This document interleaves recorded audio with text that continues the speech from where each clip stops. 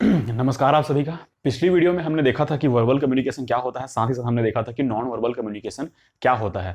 तो वो वाली वीडियो सीरीज आप लोगों को अगर पसंद आ रही होगी, अगर आपको वीडियोस के टॉपिक्स जो अच्छे लग रहे होंगे, तो आप इस वीडियो पर उन वीडियोस पर तो आप अपने कमेंट्स प्रोवाइड करा सकते हैं। साथ ही साथ अपने फीडबैक भी दे सकते हैं कि आपको कौन कौन से टॉपिक्स के ऊपर और भी वीडियोस चाहिए। साथ ही साथ आपको जो कि क्लासेस यहाँ पर प्रोवाइड कराए जा रहे हैं उनकी आपकी जो है वो क्लास आपको वैल्यूएबल लग रही है नहीं, या फिर कोई भी आपको डाउट है, फिर कोई भी क्वेश्चंस है, तो आप उन क्वेश्चंस को यहाँ पर कमेंट सेक्शन में यहाँ पर डाल सकते हैं। तो आज हम लोग देखने वाले हैं जो आपका क्लासरूम कम्युनिकेशन, बहुत ही इंपॉर्टेंट पार्ट है आपके कम्युनिकेशन का, क्योंकि आपके जो है टीचिंग एप्टीट्यूड या फिर आपके जो टीचिंग के जो प्रोफेशन होता है, जबकि आप कॉलेज में, यूनिवर्सिटीज़ में, साथ ही साथ स्कूल में भी आप जब टीचिंग कराने जाते हैं, तो वहाँ पर आपकी जो किस तरीके से आपकी क्लास को आप रिप्रेजेंट करेंगे, साथ ही साथ आपकी क्लास को किस तरीके से आप लोग पढ़ाएंगे, तो वहां पर क्लासरूम वाली कम्युनिकेशन किस तरीके से होगी, उसका एक मैं आपको वहां पर डीप अंडरस्टैंडिंग डेवलप करने की वहां पर कोशिश करूंगा। तो बने रहिए वीडियो के साथ। साथ ही साथ आपने जो पुरानी वीडियोस या फिर पुराने मेरे लेक्चर्स देखे नहीं है, तो आप प्लेलिस्ट में जाकर उस वीडियोस को देख सकते हैं, क्योंकि मैंने पेपर फर्स्ट की अलग यहाँ पर प्लेलिस्ट यहाँ पर वीडियो पर चैनल पर बना रखी है। तो अगर आप अपनी प्रॉपर अंडरस्टैंडिंग डेवलप करना चाहते हैं, अगर आप एक जो है बिगिनर है यूजीसी नेट हो गया या फिर सीजी सेट के लिए, तो वहां पर आपको इंट्रोडक्शन वाला पार्ट हो गया, साथ ही साथ आपको चीज़ों को समझने वाला जो पार्ट हो गया, उसके लिए बहुत सारी चीज़ें मैंने इस वीडियो सीरीज में डाल रखी हैं। तो बहुत ही आपके लिए ये हेल्पफुल साबित होंगी। तो आप प्लेलिस्ट में जाकर इन वीडियोस को देख सकते हैं। तो चलिए हम लोग अब शुरू करते हैं। हमारा जो टॉपिक है आज का क्लासरूम कम्युनिकेशन के ऊपर। तो क्लासरूम कम्युनिकेशन में as a teacher, as a professor, as a trainer, as a guide आपको कौन कौन सी चीजें आपको ध्यान में रखनी होंगी, साथ ही साथ आपको किन किन चीजों के ऊपर अपनी पकड़ बनानी होगी, तो हम लोग यहां पर देखने वाले हैं। सबसे पहला आपका जो आता है प्रिंसिपल ऑफ जो क्लासरूम कम्युनिकेशन है, सीआर कम्युनिकेशन लिख दिया है मैंने इसको।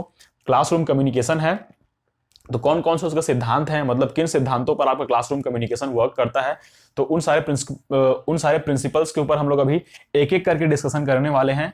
ये 5 हैं, बहुत ही इंपॉर्टेंट है, जो कि हैं आपके अंडरस्टैंडिंग हो गया, मास्टरी ऑन सब्जेक्ट हो गया, एज अ कम्युनिकेटर हो गया, इफेक्टिव कम्युनिकेशन हो गया, और ऑब्जेक्टिव। मतलब ये सारे जो हैं आपके प्रिंसिपल्स हैं, आपके जो सिद्धांत हैं कि आप किस तरीके से क्लासरूम कम्युनिकेशन करेंगे, तो उन टॉपिक्स के ऊपर हम लोग एक एक करके डिस्कशन करने वाले हैं। उसके बाद इन चीजों को डिस्कस करने के बाद हम लोग आने वाले हैं स्टेप्स ऑफ कम्युनिकेशन, मतलब आपको किस तरीके से कम्युनिकेशन के पार्ट में जो है आपको एंटर करना होगा। तो इन सारी चीजों को देखने के पहले आपको मैं कुछ कुछ और चीजें बताना चाहूंगा कि आपका जो है क्लासरूम कम्युनिकेशन होता है, उसमें कौन कौन से टॉपिक्स होते हैं जिसके ऊपर आपको थोड़ा सा और भी अंडरस्टैंडिंग अपनी डेवलप करनी होगी।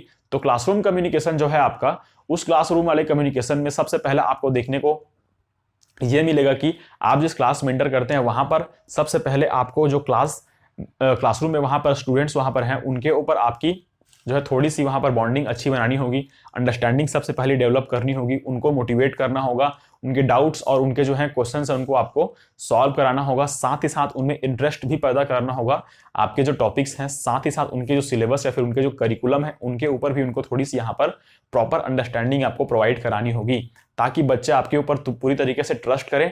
ट्रस्ट करने के साथ ही साथ वो बच्चे आपसे कनेक्ट हो पाए, तो आप अपना जो है अपनी टॉपिक है, अपनी यूनिट जो है उसको अच्छी तरीके से वहां पर डिलीवर कर पाएं।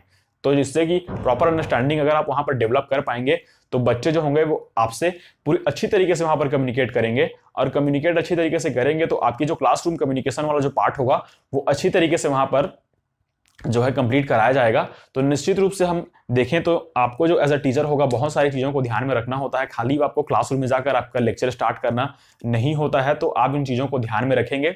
तो सबसे पहले हम लोग अगर देखें तो अगर आप क्लासरूम में एंटर करते हैं, तो सबसे पहले आपको क्लासरूम को शांत कराना पड़ेगा, एनवायरनमेंट को समझना पड़ेगा, बच्चों की मेंटालिटी को समझनी पड़ेगी, साथ ही साथ उनके बैकग्राउंड, उनके इंटरेस्ट, इन सब चीजों को आपको समझना पड़ेगा, और उनके जो डाउट्स हैं, उनके जो क्वेरीज हैं, उनको आपको पहले सॉल्व कराना पड़ेगा। तब आपको जो है क्लासरूम अपना जो है स्टार्ट करना है। ऐसा नहीं है कि आपने क्लास एंटर किया और आप पढ़ाने लग गए, तो ऐसे में जो है आपके ऊपर से बच्चों का इंटरेस्ट तुरंत हट जाएगा। तो उस इंटरेस्ट को डेवलप करने के लिए आपको ये सारी चीजें आपको पता होनी चाहिए, जिसका डिस्कशन हम लोग इस वीडियो में करने वाले हैं। तो सबसे पहले हम लोग देखने वाले हैं अंडरस्टैंडिंग। मतलब ये होता है कि आपको जो है अंडरस्टैंडिंग होनी चाहिए आपके सिलेबस की, साथ ही साथ आपको अंडरस्टैंडिंग होनी चाहिए आपके स्टूडेंट्स, जो भी आपके स्टूडेंट्स हैं आपके पास, या फिर जो भी आपके क्लासरूम आपको प्रोवाइड कराया गया है, तो उस क्लासरूम में आपके जिस तरीके से बच्चे हैं, कौन कौन से टाइप के हैं, मतलब उनकी मेंटालिटी कैसी है। क्योंकि आप जानते हैं कि एक क्लासरूम में बहुत सारे मतलब जो होते हैं वहां पर वेरियस कल्चर के लोग होते हैं, साथ ही वेरियस रिलीजन के भी लोग होते हैं। उनकी थॉट्स, उनकी मेंटालिटी, उनका रहन सहन, ये सारी चीजें बहुत ही डिफरेंस होती हैं। तो इन सारे डिफरेंसेस को आपको पहले समझना पड़ेगा। सिलेबस तो आपको समझना ही पड़ेगा, लेकिन उसके बाद आपको जिनको सिलेबस समझाना है उनको भी आपको पूरी तरीके से समझना पड़ेगा। तो आपको प्रॉपर अंडरस्टैंडिंग होनी चाहिए सब, पहले सिलेबस में, उसके बाद आपके स्टूडेंट्स में।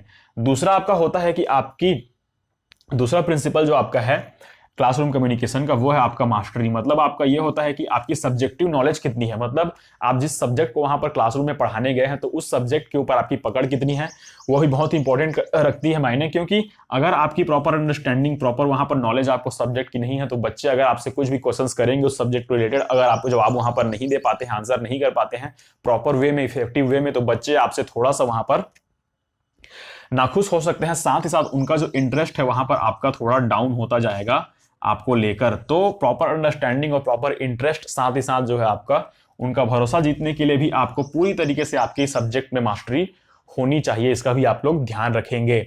तीसरा वाला पार्ट जो है हमारा आता है कि एज अ कम्युनिकेटर, मतलब आप एक संप्रेषणकर्ता के रूप में वहां पर क्लास को रिप्रेजेंट करेंगे, तो आपको बीच बीच में उनको जो है मोटिवेट भी करना पड़ेगा। तो मोटिवेट कैसे करेंगे? अगर आपके पास एक अच्छी कम्युनिकेशन स्किल नहीं है तो आप बच्चों को अच्छी तरीके से मोटिवेट नहीं कर सकते। चाहे आप कितने डायलॉग मार ले, चाहे आप वहां पर कितनी शायरीबाजी कर लें, लेकिन अगर आपके पास प्रॉपर वे ऑफ जो है प्रॉपर वे आपके पास नहीं है डिलीवर करने का, जो भी आपके थॉट्स हैं या फिर बच्चों की जो डाउट्स है, क्वेरीज है, उनको सॉल्व करने के लिए आपको एक प्रॉपर वे की वहां पर जरूरत पड़ेगी। तो उस रिक्वायरमेंट को आपको फुलफिल करना पड़ेगा एज अ कम्युनिकेटर के रूप में, ताकि बच्चे जो हैं आपके क्लासरूम में इंटरेस्ट वहां पर डेवलप कर पाए। साथ ही साथ आपकी जो ब्रिज है दोनों के बीच में, या फिर दोनों के बीच में जो कनेक्शन है वो म्यूचुअल रूप से वहां पर स्टैब्लिश हो पाए।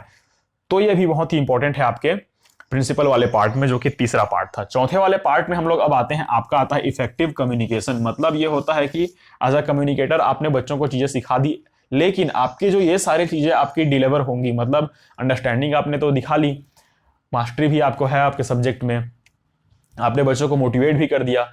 मोटिवेट करने के साथ साथ आप क्लासरूम को किस तरीके से हैंडल करेंगे या फिर क्लासरूम को किस तरीके से आप प्रोसेस करेंगे, तो वो सारी चीजें आपकी इफेक्टिव कम्युनिकेशन के थ्रू आएंगी। मतलब इफेक्टिव वे में आप जब चीजों को पढ़ाने लगेंगे या फिर चीजों को एक्सप्लेन करने लगेंगे, तो वहां पर जो चीजें हैं आपको अच्छी तरीके से बच्चों को समझ में आएंगी। तो वो जो है आपकी केवल यहां पर पॉसिबल हो पाएंगी जब तक आप इफेक्टिव वे ऑफ कम्युनिकेशन को इंट्रोड्यूस नहीं कराएंगे आपकी कम्युनिकेशन वाले पार्ट में।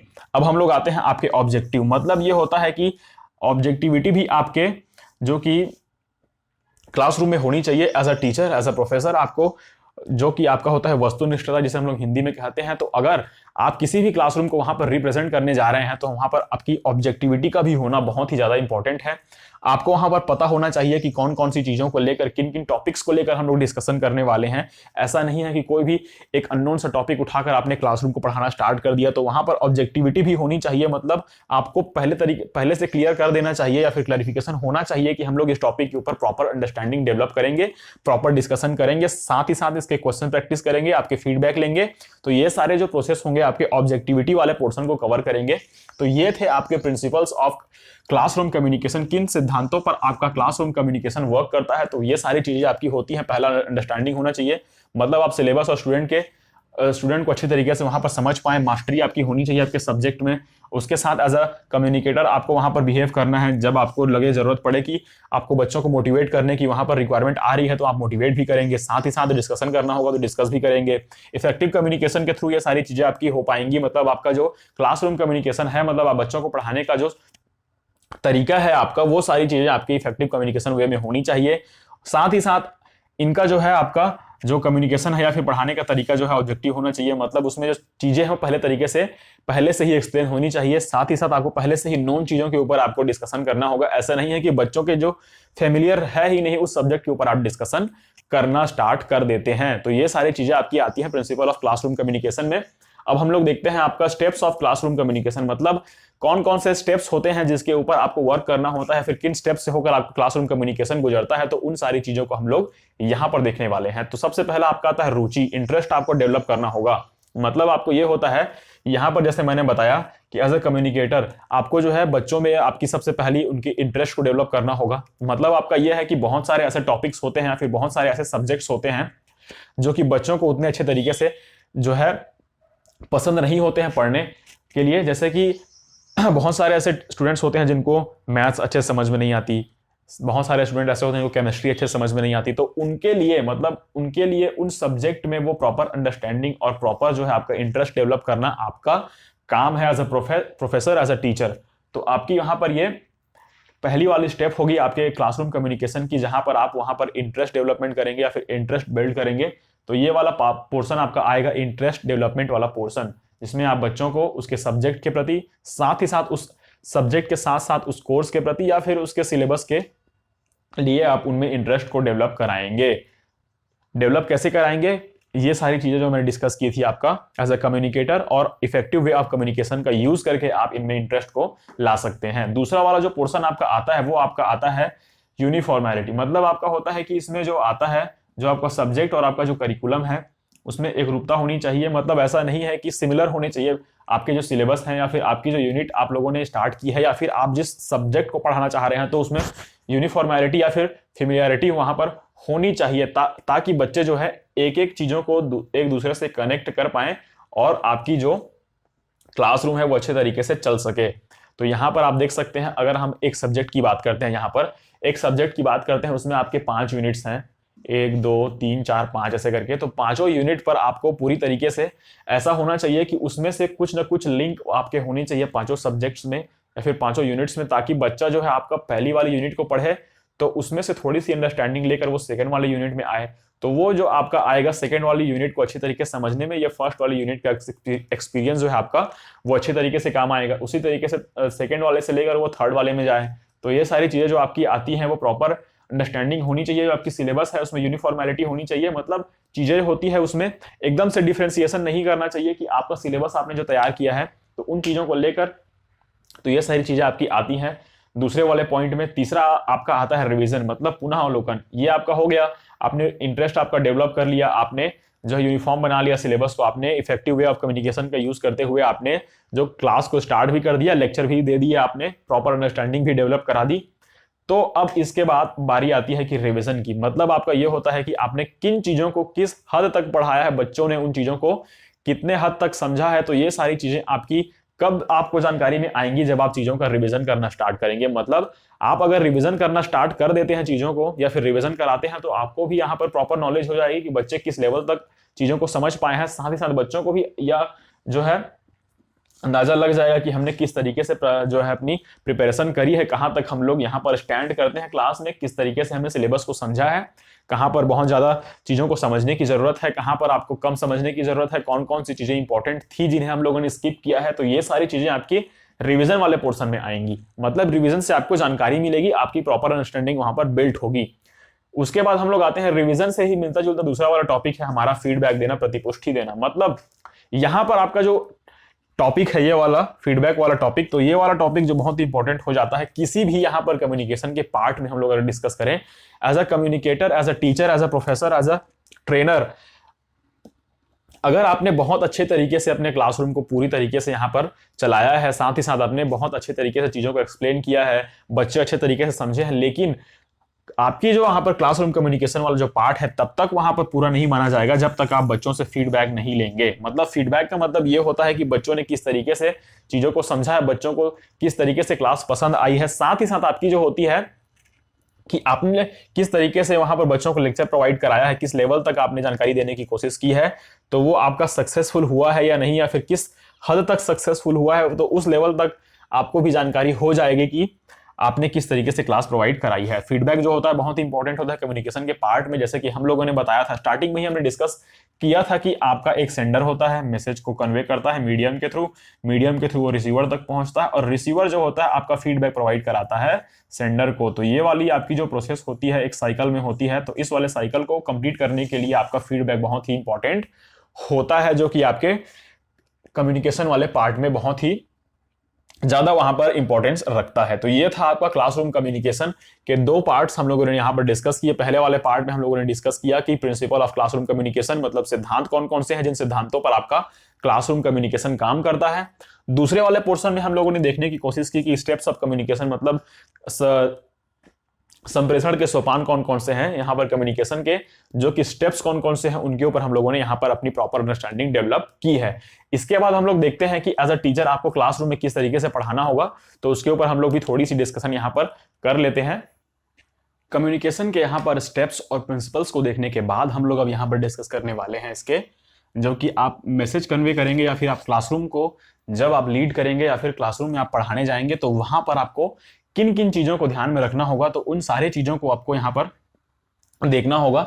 तो सबसे पहले हम लोग यहाँ पर देखते हैं कि कौन कौन से टाइप्स हैं। टोटल 5 टाइप के यहाँ पर आपके जो कि चीजें हैं उनको ध्यान में रखनी होती है। पहला आपको सीक्वेंस का ध्यान रखना होता है, लैंग्वेज का ध्यान आपको रखना होता है, यूनिक सिंबल्स का आपको ध्यान रखना होता है, कॉन्टेक्सचुअल प्रैक्टिस की आपको पूरी तरीके से यहाँ पर जानकारी होनी चाहिए। साथ ही साथ क्लियर कट एक्सप्लेनेशन भी आपको करना है क्लासरूम में। तो ये तो हो गया ब्रीफ डिस्कशन। तो हम लोग अब स्टार्ट करने वाले हैं इसके अंतिम जो है टॉपिक जो हमारा है आपके कम्युनिकेशन का। इसके बाद बहुत सारी चीजें यहाँ पर नहीं बची हैं इस वाले यूनिट में, तो हम लोग अब यहाँ पर स्टार्ट करेंगे। तो सबसे पहला आपका आएगा सीक्वेंस, मतलब आपका जो होगा क्रम। आपको एक पूरी तरीके से सीक्वेंस में चीजों को कराना होगा। जैसा कि आपने किसी भी क्लास रूम को अगर स्टार्ट करना चाहा है या फिर किसी भी टॉपिक को आपने स्टार्ट करना चाहा है, अगर आप सेमेस्टर एग्जाम की बात करते हैं तो आपने एक सब्जेक्ट उठाया, उसमें 5 यूनिट्स होते हैं, तो आपने स्टार्टिंग से उस चीज को ध्यान में रखनी होती है कि आपको पहले फर्स्ट वाली यूनिट पढ़ानी है, फिर सेकेंड वाली यूनिट पढ़ानी है, फिर थर्ड वाली यूनिट पढ़ानी है, फिर फोर्थ वाली यूनिट पढ़ानी है और लास्ट में आपकी 5th वाली यूनिट को पढ़ाना होता है। तो ये हो गया आपका एक सीक्वेंस जिसका आपको पूरी तरीके से जो है पालन करना होता है किसी भी क्लासरूम को पढ़ाते टाइम। तो ये भी आपको देखना होगा कि ये तो हो गई आपके यूनिट्स की बात, लेकिन आप अगर एक यूनिट को लेकर स्टार्ट करते हैं तो आपको उसमें भी पूरी तरीके से आपका सीक्वेंस या फिर आपके जो पूरी तरीके से जो क्रम होता है एक चीज या फिर एक टॉपिक को पढ़ाने का, उसका भी आपको पूरी तरीके से वहां पर पालन करना होगा। तो सबसे पहले आपको यहां पर ध्यान में रखना होगा किसी भी टॉपिक को स्टार्ट करने से पहले आपको उसका इंट्रोडक्शन देना है। इंट्रो देने के बाद इसका यूज क्या है वो दिखाना है, यूज क्यों किया जाता है। यूज करने के बाद इसको देखना आपको ये होता है कि इसके टाइप्स कितने होंगे। टाइप्स के बाद भी डिस्कशन करेंगे कि टाइप्स जो हैं उसके डिस्कस करने के बाद इसका किस तरीके से आपको इंप्लीमेंट करना होगा, मतलब प्रैक्टिकल वे में। प्रैक्टिकल करने के बाद आपको जो फीडबैक मिलेगा या फिर रिजल्ट मिलेगा, रिजल्ट की बात करनी है, फिर रिजल्ट के बाद आपको फीडबैक की बात करनी है। मतलब आपको एक टॉपिक को पूरी तरीके से आपको सीक्वेंस में पढ़ाना होगा, ना कि आपने किसी टॉपिक को पढ़ाया, सबसे पहले आपने उसको इंट्रोडक्शन वाले पार्ट को इंट्रोड्यूस करा दिया, फिर आपने उसको जो है उसकी रिजल्ट वाले पार्ट पर आ गए। तो ये सारी चीजें आपकी जो है कम्युनिकेशन वाले पार्ट में बहुत ही इंपॉर्टेंट होती है कि आपको चीजों को सीक्वेंस में पढ़ाना होता है। तो आपको इस चीज का ध्यान रखना होगा कि आप लोगों को या फिर स्टूडेंट्स को आपकी सीक्वेंस में पढ़ाएं। दूसरा आपका होता है इजी लैंग्वेज, मतलब होता यह है कि आप जिस लेवल पर हैं अभी प्रोफेसर्स के लेवल पर जब आप पहुंचेंगे, आपका एक्सपीरियंस हो जाएगा, आप 5 साल 10 साल 15 साल अगर आपका एक्सपीरियंस हो गया है किसी भी कॉलेज यूनिवर्सिटी में, तो आपकी जो डेवलपमेंट होती है वो अलग तरीके से हो चुकी होती है। लेकिन जो बच्चा होता है वो अभी हायर सेकेंडरी स्कूल पास करके आपके कॉलेज में पहुंचा है, साथ ही साथ अगर आप स्कूल में पढ़ा रहे होते हैं तो आपका जो बच्चा होता है वो प्रीवियस जो है आपके स्टैंडर्ड को वहां पर पार करके पहुंचा हुआ होता है। तो वहां पर उसकी अंडरस्टैंडिंग उतनी तरीके से डेवलप नहीं हो पाई होती है, वहां पर आपको उसकी लैंग्वेज की वहां पर पकड़ उतनी अच्छी तरीके से नहीं होती है, अंडरस्टैंडिंग वो नहीं बिल्ड कर पाता है। तो वहां पर आपको जो होता है सबसे इफेक्टिव वे होता है आपके क्लासरूम कम्युनिकेशन को वहां पर कंप्लीट कराने का, वो होता है आपका इजी लैंग्वेज। अगर आप अच्छे तरीके से सरल भाषा का प्रयोग करेंगे, इजी लैंग्वेज का यूज करेंगे, तो बच्चे आपसे फेमिलियर रूप में आपसे जो है अट्रैक्ट होंगे, अटैच होंगे। साथ ही साथ अटैच होने या फिर अट्रैक्ट होने के बाद आपकी जो मेन पर्पस है, आपका जो सिलेबस है, उसको आप लोग इजी वे में कन्वे करने की कोशिश करेंगे। तो आपके साथ जो है बच्चे आसानी से जो है कोऑर्डिनेट कर पाएंगे, इंटरेक्ट कर पाएंगे। साथ ही साथ उनके मन में जो डर, झिझक या फिर कोई भी आपका डाउट है वो अच्छे तरीके से बाहर निकल कर आएगा, जिससे कि आप उनके डाउट्स को भी अच्छे तरीके से सॉल्व कर पाएंगे just because of using easy language in your conversation. तो ये आपका आ जाएगा कि क्लासरूम कम्युनिकेशन में किस तरीके से आप इजी लैंग्वेज का यूज करेंगे, तो उसके कौन कौन से फायदे आपको देखने को मिलेंगे। तीसरा वाला टॉपिक जो आता है हमारा, वो आता है आपका यूनिक सिंबल्स का यूज करना है। मतलब आपने देखा होगा कि मैंने पिछली वीडियोस में डिस्कस किया है कि नॉन वर्बल कम्युनिकेशन वाले पार्ट में हमने देखा कि किस तरीके से आपके साइन सिस्टम काम करते हैं, मतलब साइन बोर्ड किस तरीके से काम करता है। उसी प्रकार से हम लोग अगर देखें हमारे क्लासरूम कम्युनिकेशन में, तो क्लासरूम कम्युनिकेशन में हम चीज़ों को किस तरीके से वहाँ पर सिंबलाइज करेंगे, यूनिक जो टॉपिक्स होंगे उसके ऊपर हम लोग उनको थोड़ा सा मार्क करके रखेंगे, उनको प्रतीक चिन्ह प्रोवाइड कराएंगे कि ये सारे इंपॉर्टेंट्स हैं। इसके ऊपर आप लोगों को अच्छी अंडरस्टैंडिंग वहाँ पर डेवलप करनी होगी। तो ये आपका आएगा यूनिक सिंबल का यूज। चौथा आपका आएगा कॉन्टेक्सचुअल प्रैक्टिस। मतलब आपका ये होता है कि आपको पूरी तरीके से जो है आपका जो संदर्भ है, मतलब उसके ऊपर आपको पूरी तरीके से फोकस रहना है, ना कि आपको इधर उधर की बातें करनी है आपके क्लासरूम में। तो पूरी तरीके से आपका जो प्रैक्टिस होगा वो आपके सब्जेक्ट के ऊपर बेस्ड होगा। इसको सब्जेक्टिव भी बोल सकते हैं आप। आपका जो है पूरी तरीके से सब्जेक्टिव होना चाहिए आपकी क्लास, ना कि इधर उधर की बातें। इधर उधर की बातें आप तब करिए जब आपकी जो क्लास है वो जो है पूरी तरीके से अच्छी ना जा रही हो। तो बच्चों में इंटरेस्ट वहां पर डेवलप करने के लिए आप थोड़ा सा इधर उधर के टॉपिक्स को वहां पर इंक्लूड कर सकते हैं। नहीं तो आपको पूरी तरीके से सब्जेक्टिव क्लास को रखनी होगी, ताकि बच्चा जो है प्रॉपर अंडरस्टैंडिंग बिल्ड कर पाए अपने सब्जेक्ट के ऊपर, साथ ही साथ अपने जो है सिलेबस के ऊपर। तो ये हो गया आपका चौथा वाला पार्ट। पांचवा वाला पार्ट जो आपका आता है क्लियर कट एक्सप्लेनेशन। मतलब आपका ये चीज होती है कि आपको क्लियर जो भी आप एक्सप्लेन कर रहे हैं चीजों को, वो आपका एक्सप्लेनेशन जो है वो आपका पूरी तरीके से क्लियर होना चाहिए। ऐसा नहीं है कि आपने बहुत सारी चीजों को यहां पर छोड़ने की कोशिश की, लेकिन बच्चा जो है उस चीजों को समझ गया, तो बच्चे के मन में एक अलग तरीके से वहां पर आपके लिए इमेज क्रिएट हो जाएगी कि ये वाले सर जो है वो प्रॉपर वे में हमारा जो क्लास है उसको एक्सप्लेन नहीं करा पाते हैं। तो उनके लिए फिर आपके प्रति जो है रिस्पेक्ट जो है वो, साथ ही साथ रिस्पेक्ट के साथ साथ जो इंटरेस्ट भी है वो आपका भी कम होने लगेगा। तो क्लियर कट एक्सप्लेनेशन भी आपका जो है टीचिंग वाले पोर्शन में होना चाहिए।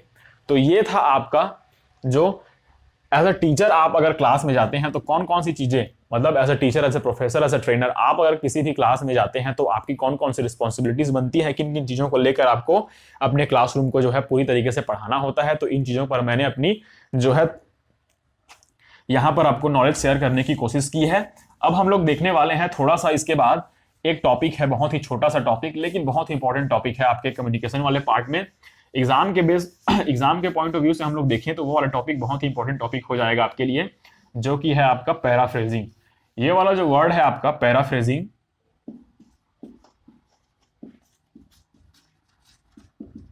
हिंदी में भी इसका यही वर्ड है अभी तक।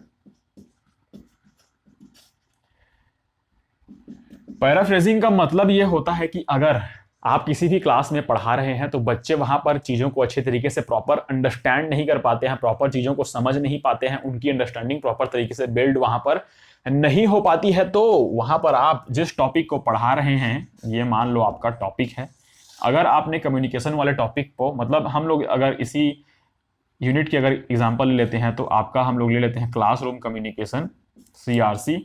क्लासरूम कम्युनिकेशन वाले टॉपिक को अगर हम लोग डिस्कस कर रहे हैं, तो अगर हम लोगों ने पहले मेथड को अपनाया बच्चों के सामने तो बच्चे उस चीज को अच्छे तरीके से समझ नहीं पाए, तो आपने दूसरे वाले मेथड को अपनाया, उसमें भी थोड़ी सी प्रॉपर अंडरस्टैंडिंग डेवलप नहीं हो पाई, तब आपने वहां पर तीसरे वाले को अपनाया। ऐसे करते करते 3, 4, 5, 6 मतलब various types of methods that you used in your explanation in your classroom, that is called the paraphrasing. Means that the process, जो भी प्रोसेस है आपका किसी भी टॉपिक को एक्सप्लेन करने के लिए, मतलब आपका ये जो होता है कि आप किसी भी टॉपिक को एक्सप्लेन कर रहे हैं, किन किन तरीकों से आप चीज़ों को एक्सप्लेन करते हैं। अगर आप एक टॉपिक को एक वे में आप एक मेथड से आप एक्सप्लेन नहीं कर पाते हैं तो आपने दूसरा मेथड अपनाया, दूसरे से तीसरा, तीसरे से चौथा, चौथे से पांचवा। तो ये मेथड्स जो होते हैं, मतलब जिन मेथड्स का आप लोग यूज करते हैं, और ये जो पूरी आपकी जो कहलाएगी प्रोसेस, वो आपकी कहलाती है पैराफ्रेजिंग। तो पैराफ्रेजिंग जो होता है बेसिकली होता यही है कि बच्चों में प्रॉपर अंडरस्टैंडिंग को डेवलप करने के लिए, साथ ही साथ उनकी जो है रीडिंग एबिलिटी या फिर अंडरस्टैंडिंग एबिलिटी को बढ़ाने के लिए आप जिस टेक्निक का यूज करते हैं वो आपका कहलाता है पैराफ्रेजिंग, जिसमें आपकी बहुत सारे टाइप्स आपके वहां पर इंक्लूड हो जाती हैं। इसके हम लोग थोड़े से यहाँ पर फायदे देखने वाले हैं। तो फायदे इसमें कुछ ऐसे होते हैं, मतलब पैराफ्रेजिंग जो होता है आपका, इससे बहुत सारे फायदे होते हैं बच्चों को। इसमें से हम लोग डिस्कस करने वाले हैं इनके फायदों के ऊपर, मतलब इनके जो होते हैं लाभ आप बोल सकते हैं, एडवांटेजेस इसके जो होते हैं। कौन कौन से एडवांटेज होते हैं पैराफ्रेजिंग के? तो सबसे पहला आपका होता है कि आपकी प्रॉपर अंडरस्टैंडिंग वहां पर बिल्ड हो जाती है। मतलब समझ वहां पर पूरी तरीके से विकसित हो जाती है, क्योंकि आपने एक चीजों को 5 तरीकों से समझा है। दूसरा आपकी हो जाती है याद करने में उतना आपको टाइम नहीं लगता है, मतलब चीजें आपको आसानी से याद हो जाती हैं, क्योंकि आपने बहुत सारे तरीकों से समझा है उस चीज को, तो आपको तो आसानी होगी ही उन चीजों को याद करने में। तीसरा आपका ये होता है कि आपका जो है आपका रिवीजन भी हो जाता है अच्छे तरीके से, मतलब एक ही बार में आपका रिवीजन हो जाएगा। अगर आपने 5 टेक्निक्स के, अगर 5 मेथड्स को अपनाकर आपने किसी टॉपिक को पूरा करने की कोशिश की, तो बच्चे जो होते हैं, अगर आप उनसे क्वेश्चंस पूछेंगे तो एक बच्चा अगर एक टॉपिक को बताएगा तो 5 बच्चे 5 टॉपिक्स को बता देंगे, तो पांचों टॉपिक्स को सुनकर आपकी जो पूरी टॉपिक है या फिर 5 मेथड्स जो बता देंगे बच्चे, उन 5 मेथड्स को सुन के वो टॉपिक पूरी तरीके से आपका रिवाइज हो जाएगा। तो ये हो गया आपका रिवीजन वाला पार्ट।